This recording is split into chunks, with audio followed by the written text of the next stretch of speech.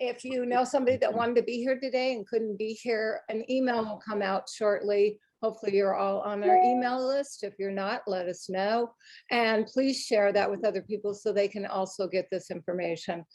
Just a note, right now we're in the middle of putting up a new website, and it seems like it's there's a very distinct possibility that next week for a few days our website will be down. So do not be concerned about that. We'll get it back up, but we're sending everything out in email that you need to know about. So, watch closely for your emails. I wanted to, first of all, talk about the picnic. It was just an absolutely wonderful, successful picnic. It was so much fun. So we'll give a big round of applause to everyone that helped. Toby Friedman was incredibly instrumental. She was the lead on everything. I know that Gail Hart was her right-hand woman, and Margaret Connery pitched in a lot too. Ronnie, Dusty, and Connie, Ronnie, Dusty Chrisman, and Connie Levison also helped. And thanks to everyone for attending. I thought it was pretty amazing. We had such a great lineup of candidates that everybody got to be introduced to.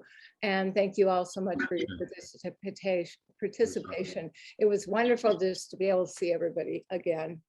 I want to emphasize that we have a new group that we want everybody to join, the Friends of DORR. We sustain our efforts in the off year and the on year. In the non-election year and the election year, we are working all the time to be fighting against these forces that are trying to bring down democracy. We have a full-time office that's open all year round, and it's a little bit during the pandemic, but it's there, and we need sustaining support to help us with this.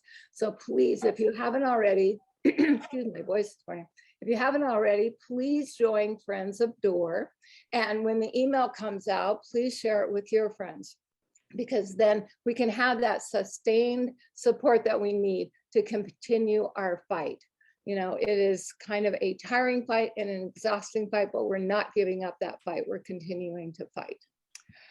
If you could please, during the presentation, mute yourself, just in case there's a dog in the background or coyotes howling or who knows what, please mute so that we're not interrupting the program. And Frankie, did you want to say anything about the film club and where we're at with that? Sure. Yes. As most of you know, we, the Democrats of the Red Rocks, have a political film group. We meet once a month. We are generally Fridays at 5 o'clock for an hour. You watch the film on your own, and then we come together for an hour, a happy hour with drinks and on Zoom still, and we chat about the movie. Joe comes regularly. We're watching Roma. I see Joe right now on my screen. That's why I mentioned Joe. We're watching Roma, and we're talking about Roma tomorrow at 5. You can get the Zoom invite through the, I think the link is still on the DORR website. It's a really great group. It's an opportunity to talk about issues, and we often have guest speakers. We don't have a guest speaker this time, but we often have guest speakers. We talked about Afghanistan and women last time. So it's always a great opportunity. So join us if you're at all interested. Thanks, Frankie. And Shelley, is there any possibility we could get that link up in the chat? The link for the film club Zoom? Yeah, Frankie, could you put that up? Because you create that Zoom. Yeah, I'll try to, I'll do it. So if you could copy it, if you're interested in coming, copy it off the chat. That's probably the easiest way to get it right now. And Ellen, I wanted to give you an opportunity to talk about next month's program while I'm thinking about it. Did you want to give us a couple of ideas about that? Next month will be very interesting. It'll be on messaging. We have somebody from Words That Win, Jiggy Geronimo is her name, and she will be speaking to us. She's just fabulous. And then we're hoping to have somebody from the Truth Brigade, which is a subset of Indivisible, National Indivisible.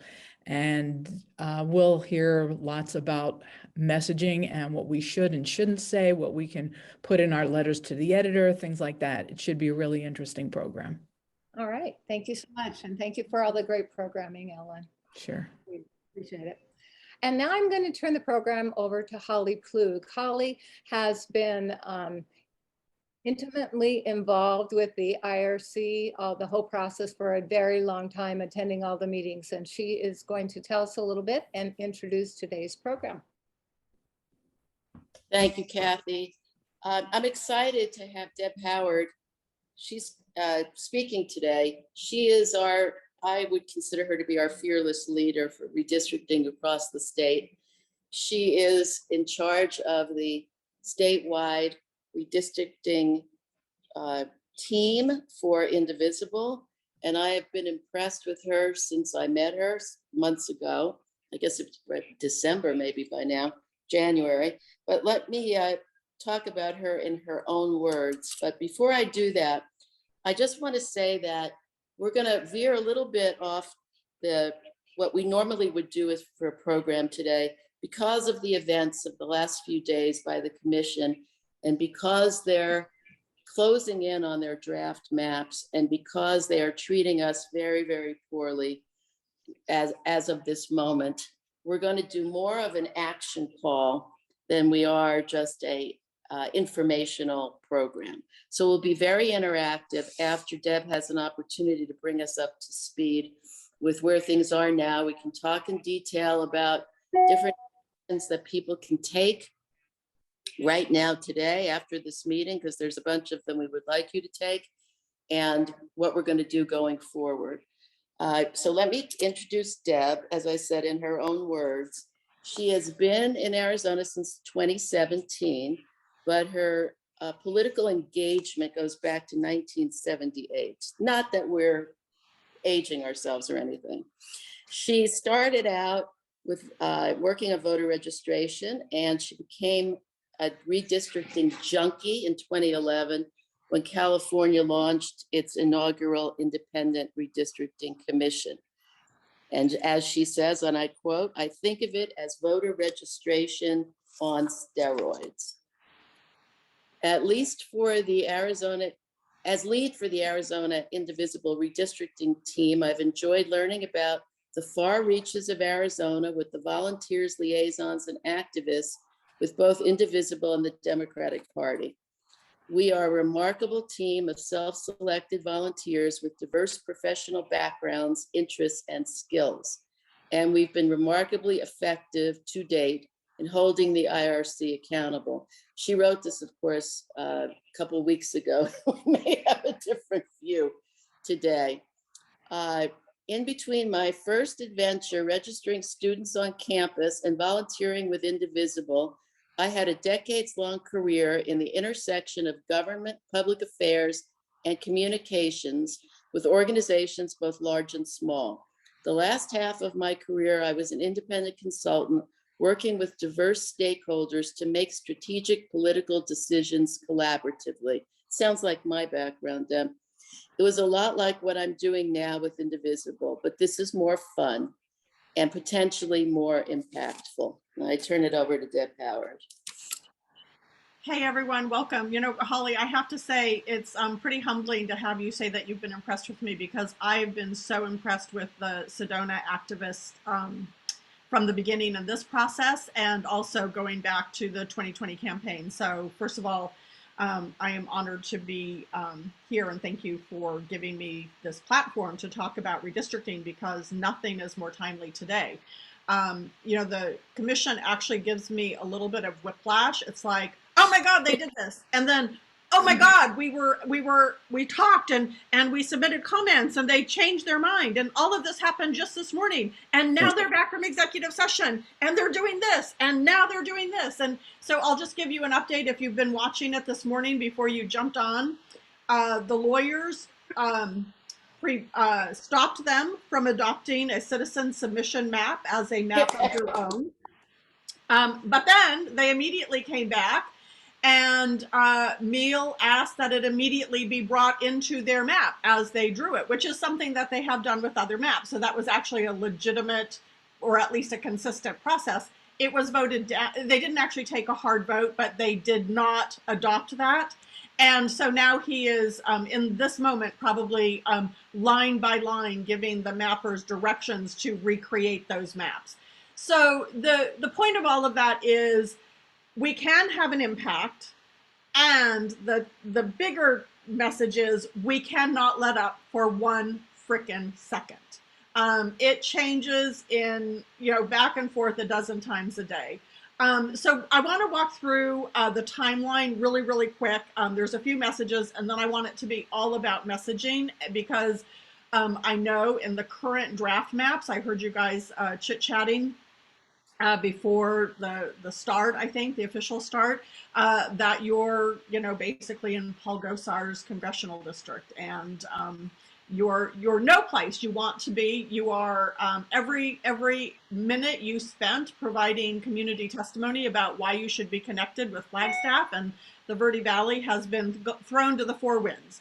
So do not give up hope, but I do want to walk through this process, and I want to encourage you to absolutely be vigilant in staying focused on this. So I'm going to share my screen right here. Oh, can the host give me screen sharing? Kathy, we're going to make Deborah a co-host.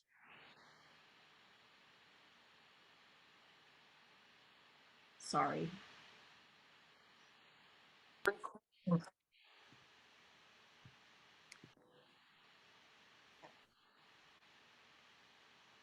Did that come across, Deb? Yeah. There it is. Okay. Okay, so No. we are within 100 days of fair maps. I started this back when they adopted their grid maps, and we are plowing through this today. We are at day number 62 in this process, and this is the process from grid to final. So the IRC creates 3 official sets of plans. They create the grid map that includes only equal population that you can see there in the white. That is the only thing that we know about this map over here on the left. And then the draft map is where they start to integrate all of those other 5 criteria: the Voting Rights Act, the communities of interest, competitiveness, geography, and other political divisions like school districts, and contiguity.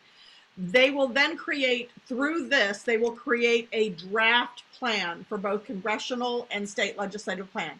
Prop 106 requires them to then go out for 30 days of public comment. At the end of those 30 days, they come back and they do more line drawing based on those comments, and they will create then what is the final map. And it is that point, until that ink is dry on those final maps, we do not take a break. We are completely focused on this. Every time they're meeting, we're following them. This is where we are in the timeline. They met the 4th and the 5th, the 15th to line draw, to draw draft maps, and then they met Monday, Tuesday, Wednesday, Thursday of this week. I don't think they're actually going to finish today. I could be wrong. They surprise me on a regular basis, but I think that they will probably meet into next week, which I actually think, as the political process junkie that I am, that's not a bad thing. To give everybody time to look at what they've created for us, the community, the public, to engage, and then to do that. They have the public input. We're going to ignore that. They're going to adopt draft maps. I'm going to guess that's actually going to be the 28th or the 29th. And then they're going to go into this 30-day review period. They have a plan out, not a plan, I won't say a plan. They have proposed 3 different kinds of ways for the public to provide input. They would recreate some version of the public comment, public hearings that they've already done. They're suggesting having house meetings, house parties, where staff would be available from 8 in the morning until 6 at night to basically walk people through how to give input. And then there's a third option where it would be some kind of hybrid where people would be able to call in. No details on that. They just basically had their first conversation about it earlier this week, but they're going to do this. Their goal is to have final maps by December 22nd.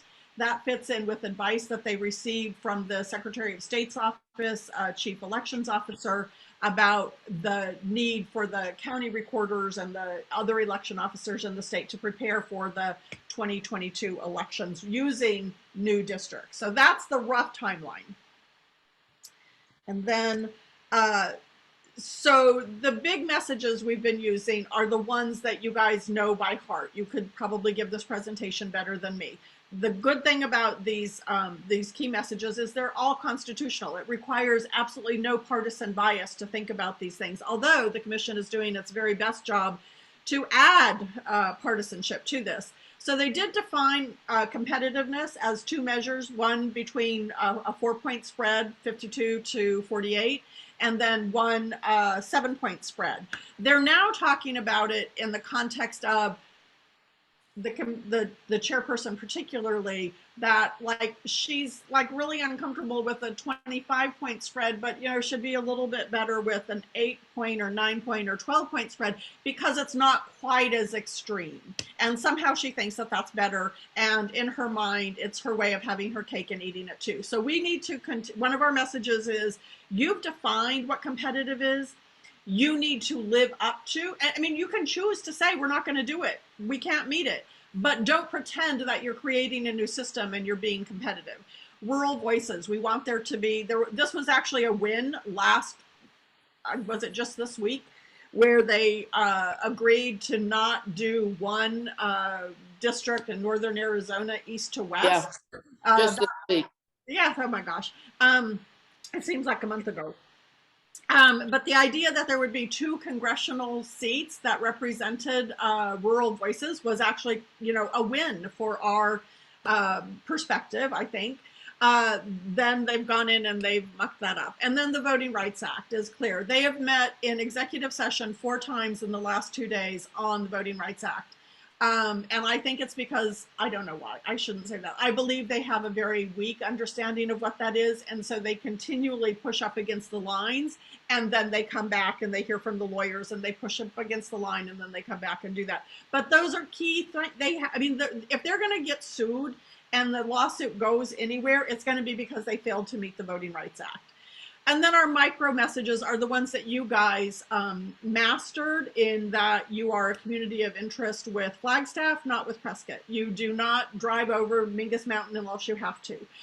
You are connected with the Verde Valley. I mean, all of those things you guys have clearly stated, and none of that is going to change no matter what the draft maps look like. You are going to stay on that perspective. I'm going to say how to engage. I'm sharing this link trees. It's on our Twitter. The Arizona Redistricting Team Twitter account is @RedistrictAZ. This link tree is pinned to that profile. Can you just give me a sense if you are on Twitter? Is anybody, you aren't Twitterers? No. A few? Okay, got it. You might want to also mention what Linktree is, Deb. Oops, sorry. Let me do that when I'm taking questions. Can I do that? So Linktree is basically a tree of links that puts everything in one place. So if when you go to your browser, you mark this page, and I'll put it into the chat when I stop talking. If you put it into your browser, then every time you go to it, I update it weekly. It provides a link to the hearing that the commission is having. It provides a link to their sites. It provides, basically access to all of the information that's happening. And there is, for those of you who are techno-savvy gurus, you can have access to a lot of different mapping software. I've said this, stay vigilant. This is not over until it's over. Even if your district was exactly the way you wanted it right now, I would be telling you this. Do not stop watching this process. Thank you, Trisha. So this is the Twitter. I'm engaged. This is really fast. I obsess over this. I actually, whether you all follow me or not is not as important to me as the fact that I have understanding that the lawyers are following me, which is actually a really good thing, because that's one way to make sure that they know where I think they're going over the lines, and that they need to pay attention to that. And I don't mean the lawyers of the Redistricting Commission. I mean lawyers that actually would, over time, bring challenges to the work of this current Redistricting Commission because they didn't follow the rules. So there are ways to comment this, and this is the contact us page. This is open 24/7. So this is actually the link. There's two links that we're going to use. We're going to use this one, and then we're going to use the link from the meeting today to submit comments to the Redistricting Commission because they're meeting right now. And to build support, this is the other thing. Whether it's your brother-in-law, your ex-sister-in-law, whether, you know, whoever, your children, whatever the relationships are, bring them into this game. We need their voices. This is not the time to, this is the time to grow stronger and to engage every voice we can. And then these are the bookmark links. And that's all I have. And I want to stop sharing and I want to have a conversation. So let's talk about Northern Arizona for a minute. They do not care about Northern Arizona, it is clear. They have been on the legislative maps all morning, and they are right now, and they have never veered from Southern Arizona. They have never veered from Southern Arizona. Although I will say that this morning, the Navajo Nation came to the meeting. They had their lawyer, their political consultant, their head of the Human Rights Commission, other senior leaders of the Navajo Nation.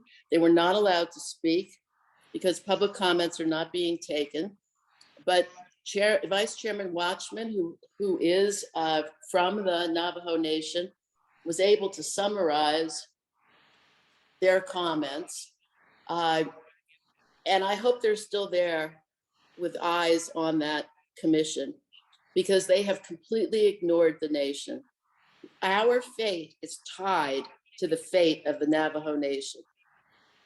This is really important. And they are voting rights district. And how they go, we go. So it is really, really important for fairness and for following the Voting Rights Act, which is still required, although the US Supreme Court has demolished it almost entirely, but there's still a little bit left. As they go, we go. And they have now come around to wanting two separate districts, which is really good news, because when we were in Flagstaff, they were not in that place, but they have now come to that place. Before, they wanted one gigantic district with Flagstaff included, which would have left nowhere for us to go but with Prescott. But now they've changed their tune, and which is good, really good news. And according to their maps, Flagstaff and Sedona and the Verde Valley would be together. But their maps have been given little attention by the commission. And what was so outrageous yesterday was that a map from a business community in Tucson, because Commissioner Meal, he represents the Tucson area, was embraced by him and other members of the commission, although, as Deb said, they voted it down this morning. But they actually created a number for this map, put it into their system, and it completely ignored the Navajo Nation and the maps that they provided. So a Voting Rights Act district with Native American population is dismissed, while a business group's maps in Tucson are embraced. And therein, to me, shows you where this commission is at. So they spend very little time on Northern Arizona, but hopefully their lawyers are going to force them to spend a lot more time because of the Navajo Nation.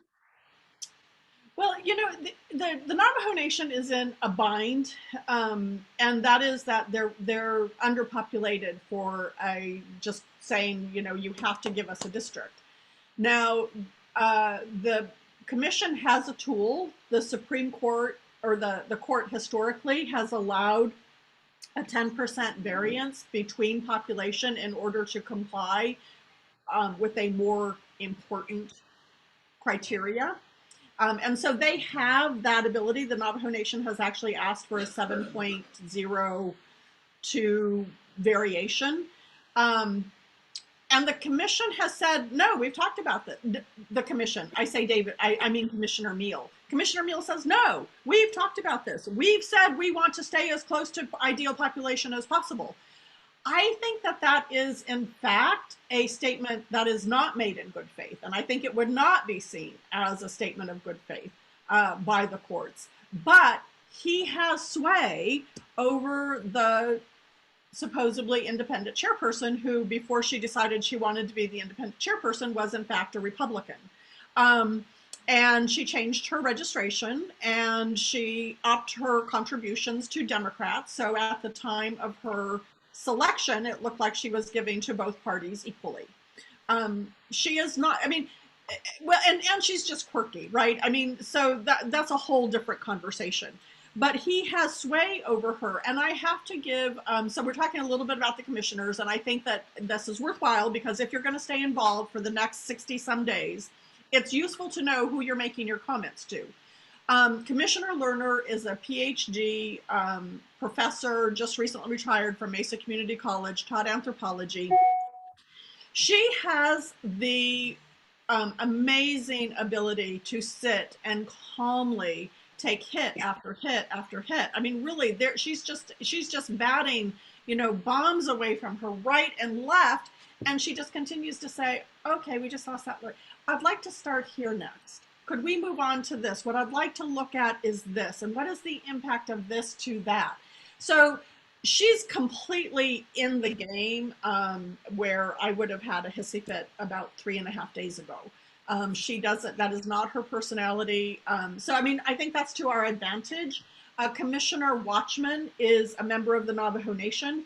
He has worked in the federal government with at the Department of Interior, Bureau of Indian Affairs. I think that's right.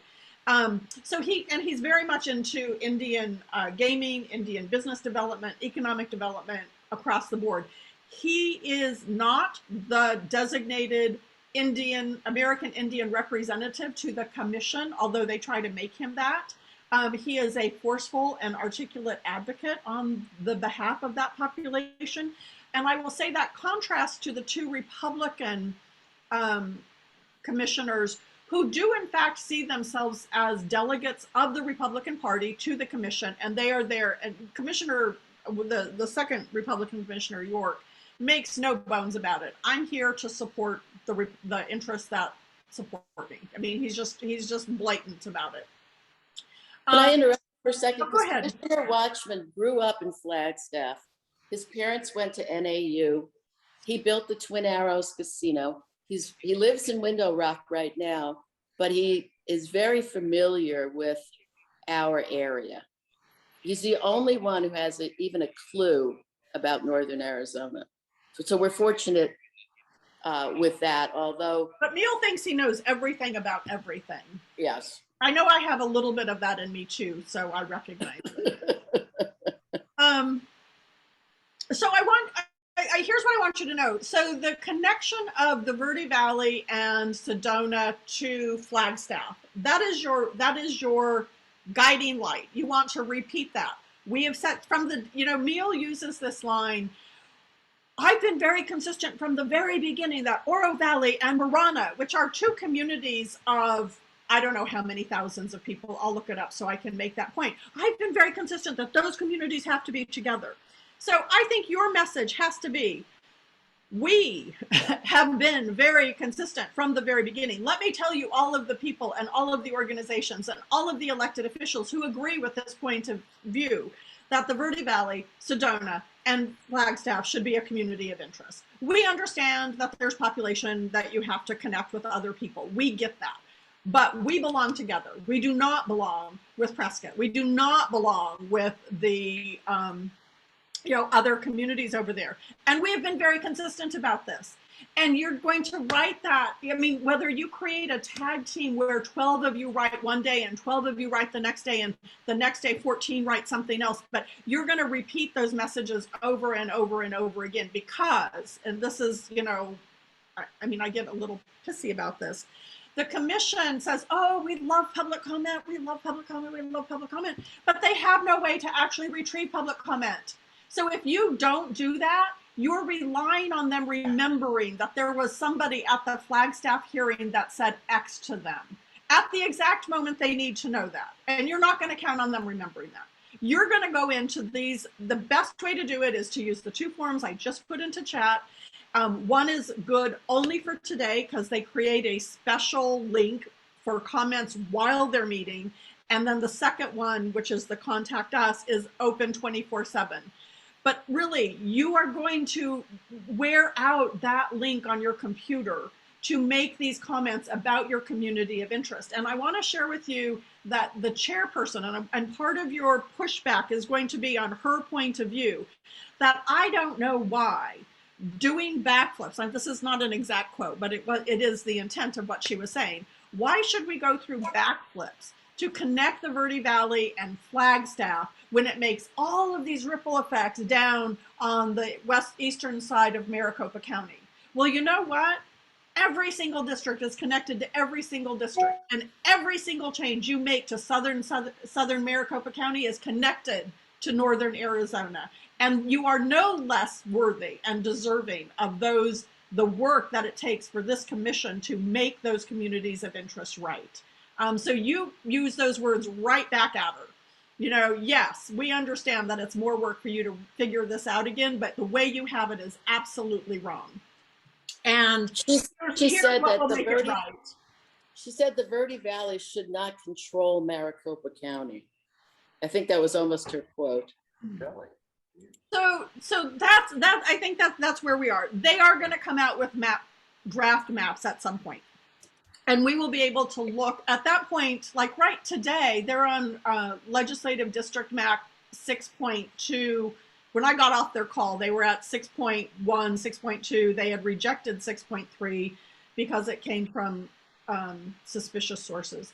But at some point, they're going to have to stop monkeying around with the district lines, and we'll be able to look at them and analyze them. And at that point, the hope is that we will come back to you with exactly, here's where to make these changes, and where we can submit district by district changes at both the congressional plan and the state legislative plan. So, I mean, I think that your biggest message is about your community of interest. If you are also a process junkie like I am, I would love to watch you hammer them on their lack of transparency, on their favoritism, on their lack of consistency. Every single time Erica Newberg opens her damn mouth, she changes the definition of what competitiveness is.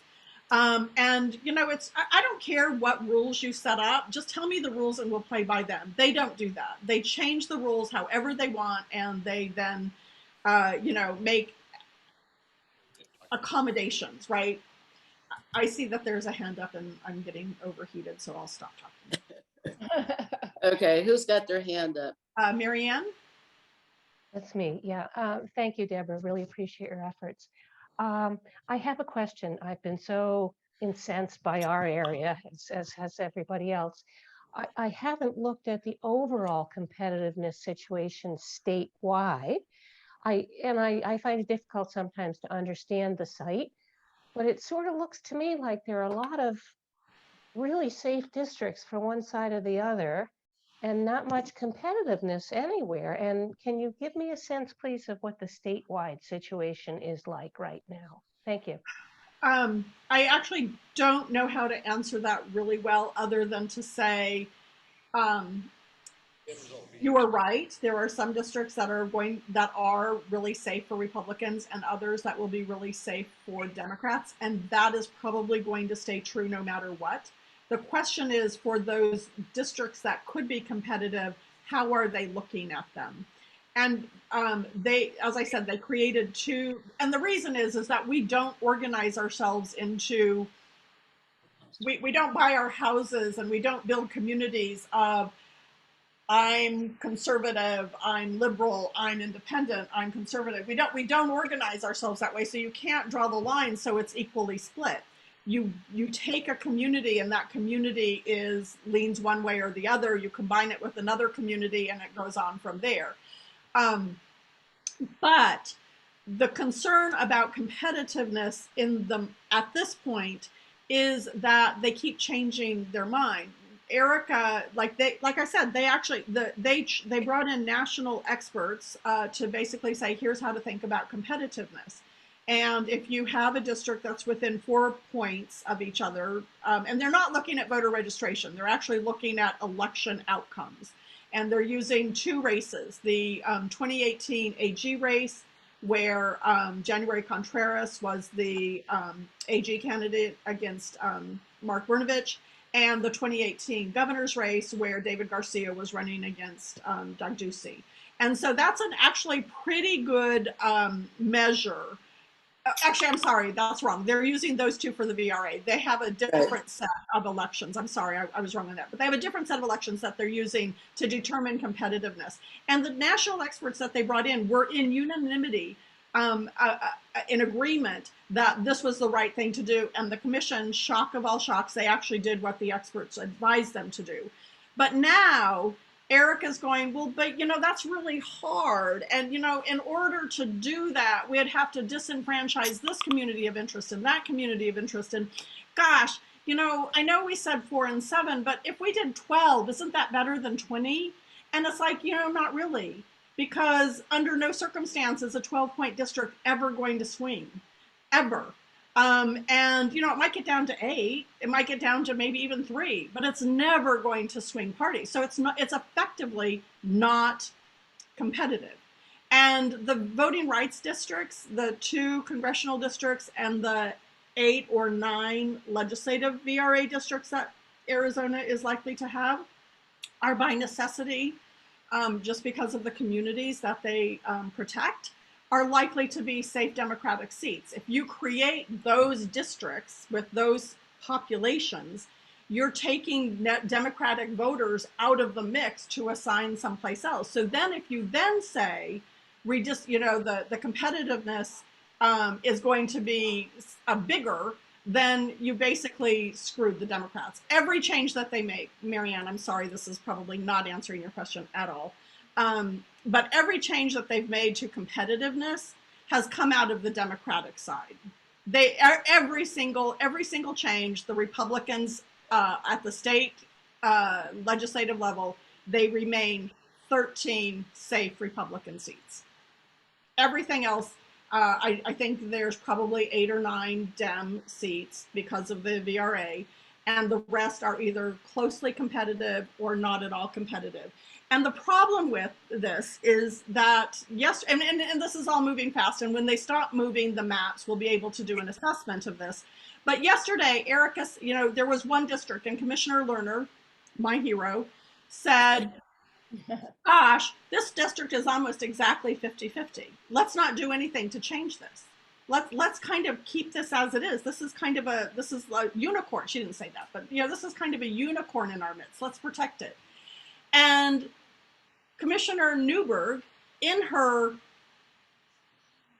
I don't even know how to describe how her mind thinks, said, oh, well, if we made that 6 or 7, we could make one of those other districts better. So let's destroy one good competitive district we have in order to create 2 badly competitive districts.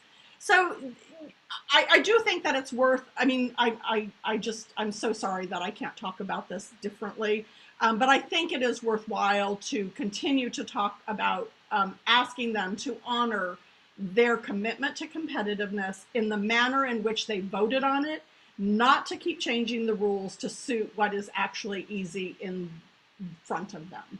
I think that's one thing. I think the fact that they are open to taking, I think the lack of transparency is a problem, and I think if you see it, you should comment on it. I think those are 2 other big issues: honoring competition as you've just defined it, and also doing your business in public, because they don't really do that. Let's get back a little bit to our district. I saw in the chat a comment from Karen and Ernie, and I agree. Commissioner Lerner has brought up the fact that the Verde Valley wants to be whole and that the Verde Valley wants to be together. And then Newburgh will say, and York said this at one point also, oh, but their testimony was mixed. They're not of one mind. And Ernie, I think you pointed out yesterday that it was like 85% in our direction and 15% in the Republican direction. And that to them it says that we're not united. In Flagstaff, at the hearing, there was only one person who testified, who was the supervisor from District 2 in Yavapai County, which is the southern eastern end of Cornville South, think of it that way, said that Yavapai County should be whole. Everybody else, the Board of Supervisors of Coconino County, the Flagstaff City Council, the Sedona City Council, and everybody else who testified that we should be with Flagstaff and we should be together. And one person said differently, and that means we're split. So they clearly don't want to hear our message. They use that both ways. Neil says the Yeah. same thing. And Commissioner Lerner says, well, we've heard both sides from every community we've talked to. For the most part, this is where it lands. This is, and they just roll over her. Well, she doesn't have the votes. I mean, sometimes she starts the conversation with saying, I know I'm going to lose this vote, but anyway, I want to say. And good for her for creating the record. Mm-hmm. Because, we've said that from the beginning. We will get fair maps, or we will lay the foundation for a really solid lawsuit against the maps that are not fair, which is why we want these comments to be as honest, as heartfelt, as personal as you can make them. Also, ADP, or the Arizona Democratic Party, is having a meeting on Sunday for all PCs. And for those of you who are PCs, you should have gotten an email.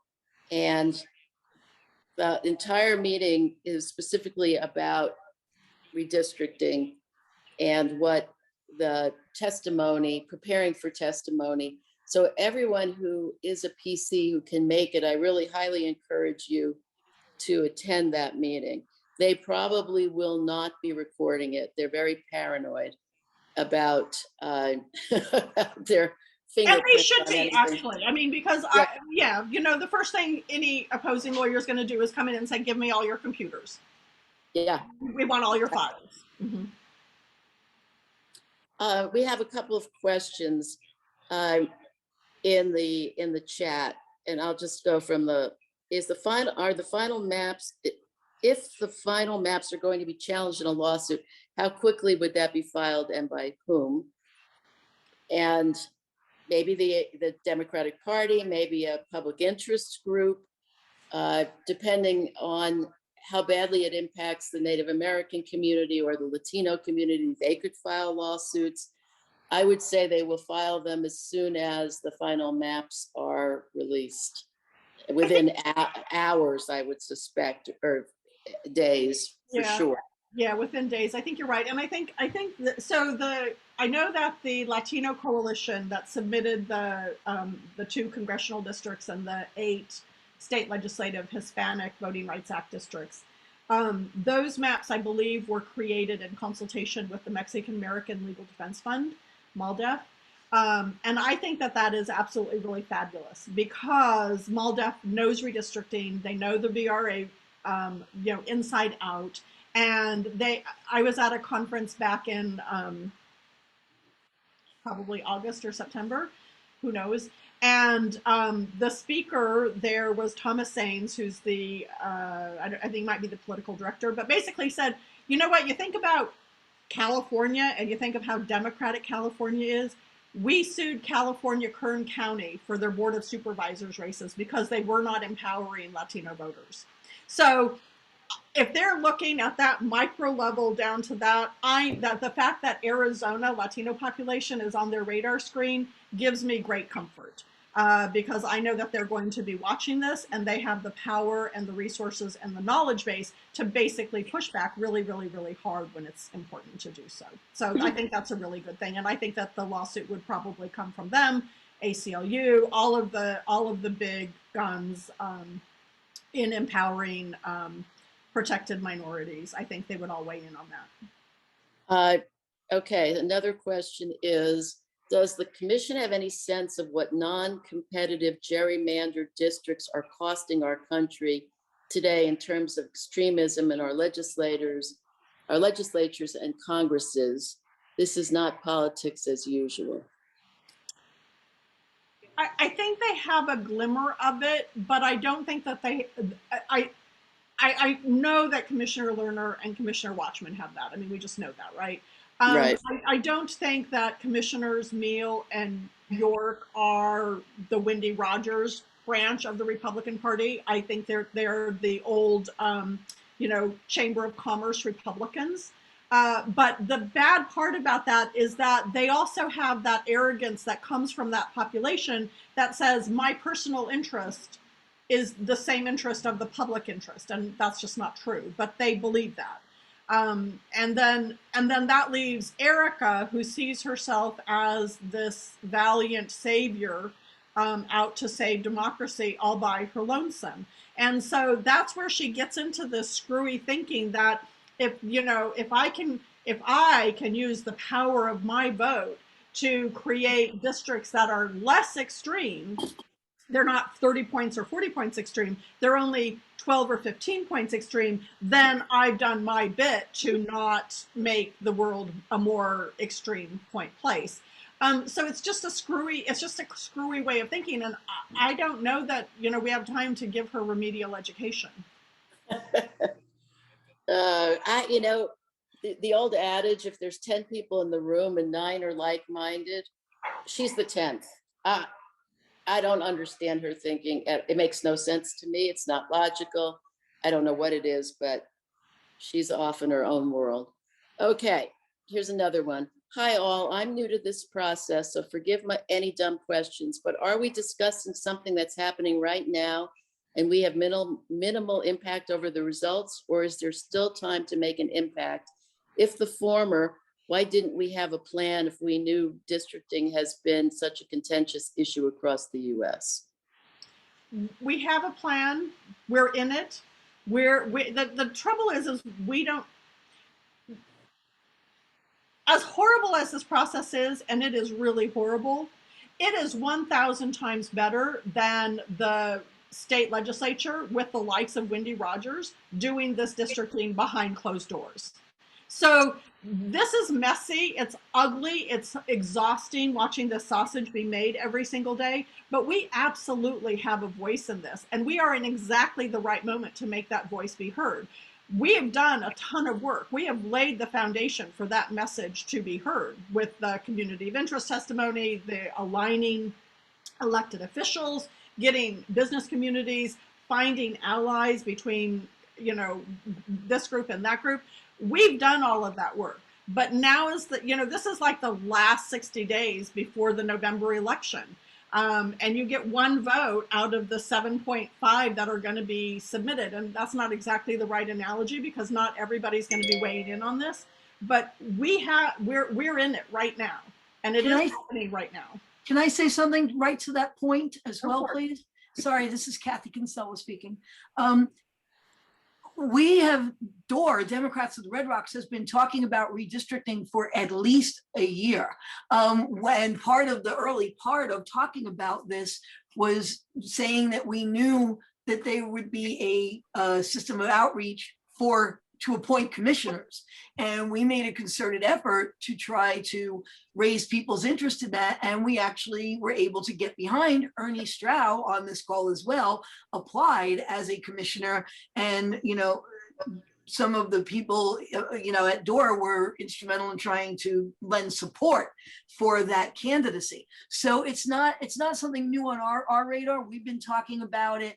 It's come up at several breakfast meetings where we've tried to bring it in. But now, of course, the discussion is getting more intense because the activity is getting more intense. So I just wanted to give that sort of little history background there, that it's not something that we have been very active on this, much more so I think than, you know, the average communities are. We've been knowledgeable and engaged and had people attending meetings and being vocal and crafting statements and getting actually even the local municipalities to weigh in officials, you know, in an official capacity on this. So there has been a lot of work, and a lot of that work has come out of Democrats of the Red Rocks. So thank you to everybody who's been involved. Actually, we had 42 people participate in the Sedona hearing. We had the most of anybody. We had more people than they had at the main group.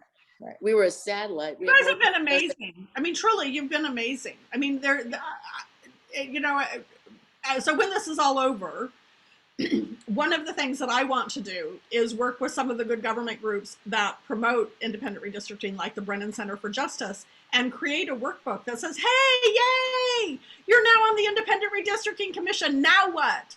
Because there is such a lack of resources for those people to do this that they get to make shit up.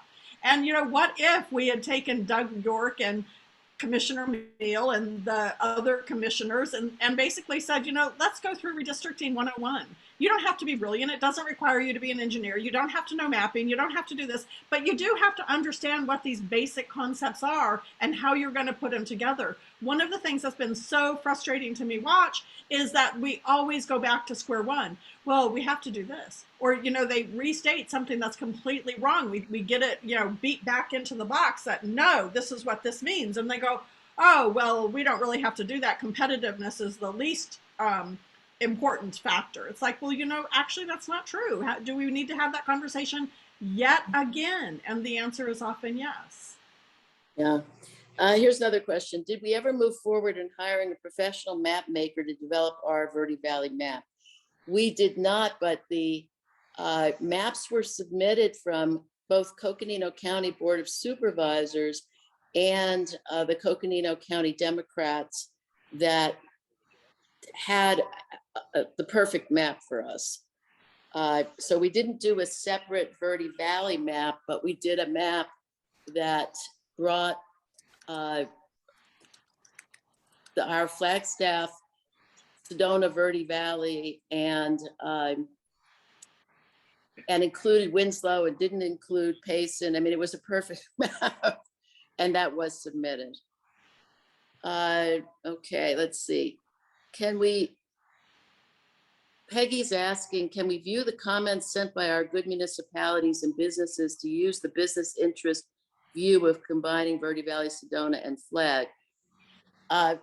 We can certainly send you the Sedona City's statement. The commission has all the comments that were sent to them, but unfortunately they're not organized in a way that you could just put Verde Valley, Sedona and get them pulled up. So you have to read Peggy, through. if you're game, I would suggest you actually submit a Public Records Act request for that communication about that. They have, and the same link, if you go to the Contact Us, if you go to that link on their webpage, they actually have something that specifically takes you to a Public Records Act request form and to ask for that. No, you're not asking for that because they're actually going to share it with you because they won't be able to find it. But what it will actually do is it will tell them that you are looking for it and that it exists, and that will possibly raise it to the level of awareness for some of the commissioners to pull back on. And I think the more that you can engage, because we have 2 Republican commissioners who really are there as delegates to the State Chamber of Commerce, you know, pulling that business interest into your argument will resonate with them and just make it ever slightly more impactful, perhaps.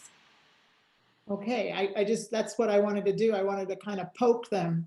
And if that's, you know, they're the business leaning Republicans, a lot of those folks have, you know, allyship with the moderate Democrats, the independents, and that's a conjunction, you know. Right, and if you have any connections to their board members or to the elected officials with whom they're aligned, having them submit similar comments would be really helpful. That's about the engaging. If you have an ally on the city council, besides Holly, or the county supervisors, get them involved and have them submitting this at, you know, and I am this, you know, we heard that at the public hearing so much.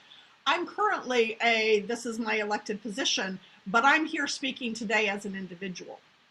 Here's Well, what I also was thinking of using it to influence, say, the Sustainability Alliance people, the people that, those businesses that are gone for certification, what, you know, how to get them activated. There is not one idea that you can come up with that I would say is not a good idea, except for to begin to change your topic, right? I mean, do not change your message. Your message is the same. We want to be Flagstaff united with Sedona and Verde Valley.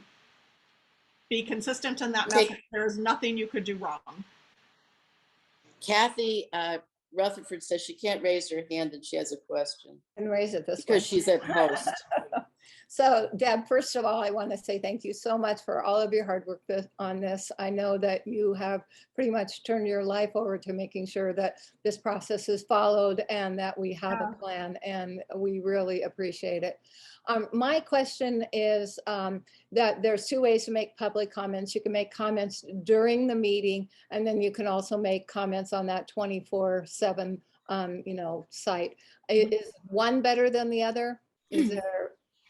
If you're watching and they do something really stupid, use the one for that day. I don't, there's some belief, and I don't know, there's some belief that the commissioners see those comments during their meetings that are submitted that day. The ones that are submitted through the 24/7 are then sent to them in a document. I haven't noticed a particular difference on general comments. If it's something specific, like right now you're taking a vote on this, you know, if you can get it in time, absolutely do that. But I other than that, I don't really have any great advice on the difference. Okay. I think that we know they read comments because they say they read them, and Commissioner Lerner certainly does during her lunch hour and when they take breaks. So frankly, I like to submit them at that time if I happen to be on, you know, watching it. But I do think those who read them are going to read them. And it depends on the timeliness. If they're doing something immediately and you want to respond, don't do that. It's better to do it at that moment where you might have more immediate influence. But if it's a general comment, I don't think it matters. So you know, a few people are starting to drop off. I think it would be great to summarize again the call to action that we can have for these people. Along with that, my next question is, you know, there's the ability to do public comments two different ways, and then there will be public meetings where people can go. How much of an impact is a large group of people going to have if they go to those public meetings? So you think that's a good strategy? Okay. Yes. So let's, I don't know if you or Holly want to do it, but just summarize. It sounds like there's about like 3 things people can do, and we need everyone to do it. We need every single person to do it multiple times, it sounds like. So go ahead and summarize for everyone. Holly, do you want to do that? You know, I have talking points. I get talking points multiple times a day, depending on what's going on. So when they cut back on that map from the Tucson business community, the talking points changed this morning. So it depends on how in the moment you are. But the talking points for our communities of interest, we have 100 people on our list, and Toby has sent them out repeatedly. If somebody isn't on the list, put your name in the chat. We'll add you. We'll be glad to send you the talking points. The talking points were developed months ago, and they are still relevant. And that is about Sedona, the Verde Valley, and Flagstaff. Marianne had asked about our what's going on locally with the split. And Marianne, I didn't see where the village of Oak Creek was in a different district than the rest of Sedona.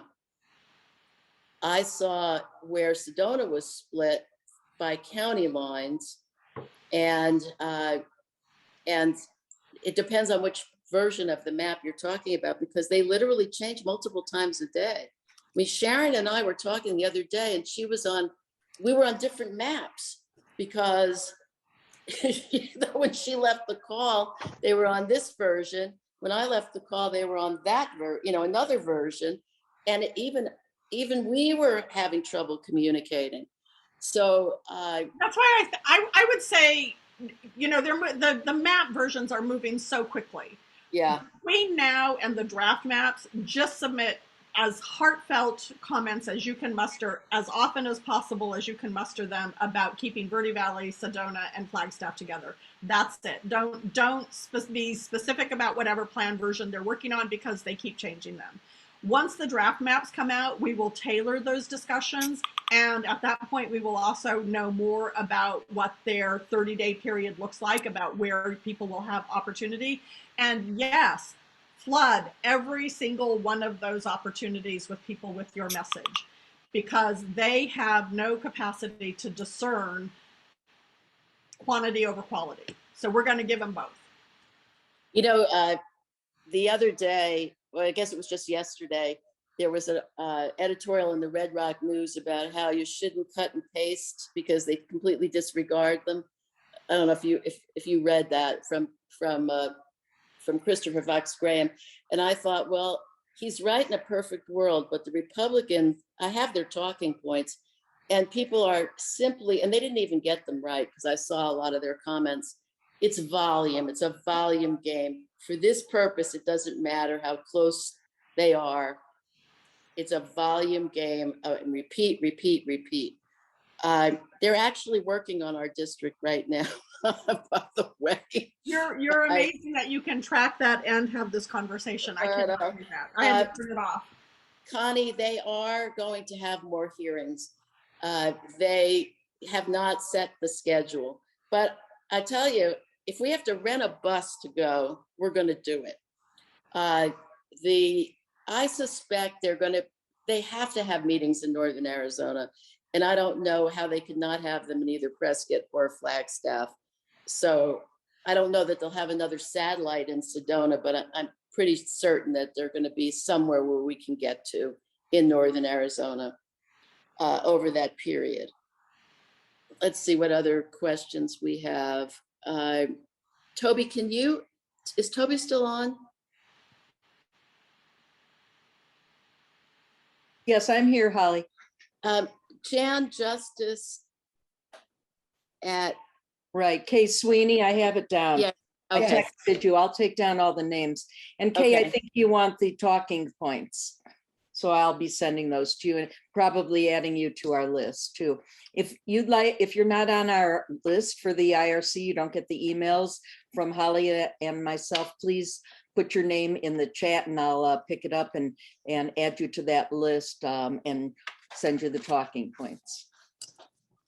And I just wanted to say that we need comments from the entire Verde Valley. I Yes. think I have just left, but there was somebody here from Clarkdale. If you know people throughout the valley, we need comments from the whole valley. I haven't heard this, but I think it might look a little skewed if they look up our names and they figure out where we vote and we all live in the Sedona area. We need the entire Verde Valley to make sure that they put comments in. So if you know people, as Deb said at the beginning, if you have friends, family, whomever that live in the Verde Valley, send them those talking points and get them to start making comments. It's really critical because volume is important. They're in recess, by the way. They're working on our district. I can't believe it. But after all this time, it's 11:08. They've been on since 8 o'clock this morning. They finally got to Northern Arizona. Ellen asked for me to explain what a PC is. a PC is a precinct committee person. And that's who, they're elected or appointed, and they're by county, and that's who the Democratic Party has reached out to for this meeting on Sunday. So if you are a precinct committee person, then that you should have received that email, and please try to go. I think that's all the questions. Let me see. Yeah, I think this is all the questions that we have. And Toby, so you're the one that's taking new people onto that list. I am. Do you want to put your action committee email up there in case somebody knows somebody that's not here today that would like to get on that list? Definitely. I'll do that. All right. Oh, Maddie has a question. Okay. Do these districts result in electoral college votes? No. So basically the two types of districts that are cut by or created by the Independent Redistricting Commission are the legislative districts and the congressional districts. So they are, that's what comes out of this decision. So we're looking at a change in our legislative district 6, and for those of us that live in congressional district 1 or congressional district 4 for that matter, that is going to be changed too. So. And it's Jan Oswald that has her name is Kay Sweeney, but it's not Kay Sweeney, it's Jan Oswald, Toby. Thank you. And you can't make calls. Oh, are you talking about making calls to people to get onto Jan to get onto our list for people to, because you can't make calls to the commission, you can only send comments via their forms, but we have talking points. We will forward you the talking points, so you won't have to worry about what to say. They're in there. Yeah, and you'll see, Dan, in those talking points, what we have argued up to this point is that Sedona Verde Valley is a community of interest along with Flagstaff. That Mingus Mountain creates this barrier that separates us. It's within the talking points, and you'll see it there. And John asked, I just saw something, will we lose Tom O'Halloran? Well, it depends on how that congressional district is laid out. If it's not competitive, yeah, we'll lose him to a Republican, basically. The way it is now, he could not win. Right. It's not competitive at all. All right, well, thank you, everybody. We are going to be coming back to you in the next 60 days on a regular basis. And if anybody has questions, you can email Democrats of the Red Rocks, you can call the office, look for the emails that come out so that we can update you on this. And it's at that point in the process now where it's all hands on deck. We are going to have these districts, legislative and congressional, for until 10 years. 2030, right? 2030. So that's a long time to be someplace we don't want to be. So we have to fight until we can't fight any longer, right? So Claudia Clark asked us to summarize what action we can take. And I would say there's 2 actions specifically. One is to comment to the commission. And Claudia, if you don't have the talking points, we will send them to you if you put your email address in the chat. The second thing you can do is when public hearings, you have them. Okay, I thought you did. So just keep repeating those talking points. Pick the ones that are relevant to where you live, because some of them are a little, or that you're comfortable with saying, because we have a whole variety of them. The next thing is when they go to public hearings, join us. When we went to Flagstaff, it was just Ernie, Karen, Kathy Kinsella, Kathy Rutherford, and myself, plus a contingent from Coconino, but we were the only Sedona people. It was fine for that purpose. When we have the draft maps, it won't be fine. We need to bring out the troops. So join us. Make it really, clear your calendar. Yeah, I think we and need come to with us. overwhelm them. We need to overwhelm them with our presence. Yes, exactly. And everybody who has spoken has done a wonderful job. Yeah, and you don't have to say a lot. It can be very short, Mhm. part of other people's comments, so. Yeah, and if you need help with that, we're here to help you. So Deb, thank you so much for being here.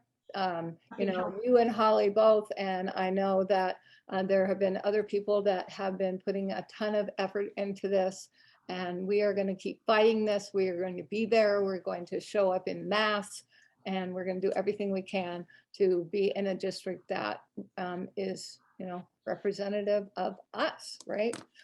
So thank you, everyone. Thank you for coming to the breakfast. Hope to see you next month, and stay tuned. Thank you all. Yeah. Thank you, Thanks Deb. for making this part of your agenda. Yeah, oh yeah, thanks for coming, Deb. Take care. Bye. Bye-bye.